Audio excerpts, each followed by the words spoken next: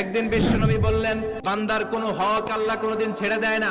আল্লাহর হক আল্লাহ মাফ করে, বান্দার হকের মাফ নাই। যদিও আমি নবী, আমার উপর যদি কোনো হক থাকে বলো, আমি দিয়ে দেব। কোন সাহাবী দাঁড়ায় না। এক সাহাবী দাঁড়িয়ে বললেন, নবী, যুদ্ধের ময়দানে চাবুক চালানোর সময়, লাঠি চালানোর সময় এক কাফেরকে মারতে যে আপনার লাঠির বাড়ি আমার পিঠের মধ্যে পড়েছে।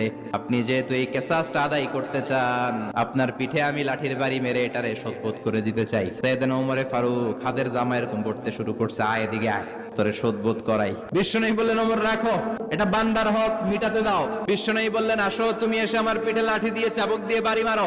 সাহাবী বলে, ও নবী, যখন আপনি আমার চাবুকটা পিঠের মধ্যে মেরেছেন, আমার পিঠে তখন জামা ছিল না। আপনি যদি যথা নিয়মে কিসাসটা আদায় করতে চান, আপনার জামাটা খুলেন, খালি পিঠের মধ্যে বাড়িটা মারিস। এবার আর ওমরে ফারুককে ধরে কে? এদিকে আয়, তোরে দেখাইতেছে। বিশ্বনবী বললেন, ওমর থামো, মারতে দাও। বিশ্বনবী উনার জুব্বাটা উপরের দিকে উঠালেন, পিঠের মধ্যে বাড়ি দেওয়ার জন্য ওই সাহাবীকে ডাকলেন। ওই সাহাবী বিশ্বনবীকে পিছন দিক থেকে জড়িয়ে ধরে ওই মোহরে নবুয়তের মধ্যে চুমু দিয়ে ফেলেছে। সাহাবী বললেন, নবী গো, এই নাটক করার জন্য আপনি আমারে মাফ করে দিয়েন। আপনি বিশ্বনবী, উদম গায়ে আপনারে দেখা যায় না, খালি গায়ে আপনারে দেখা যায় না।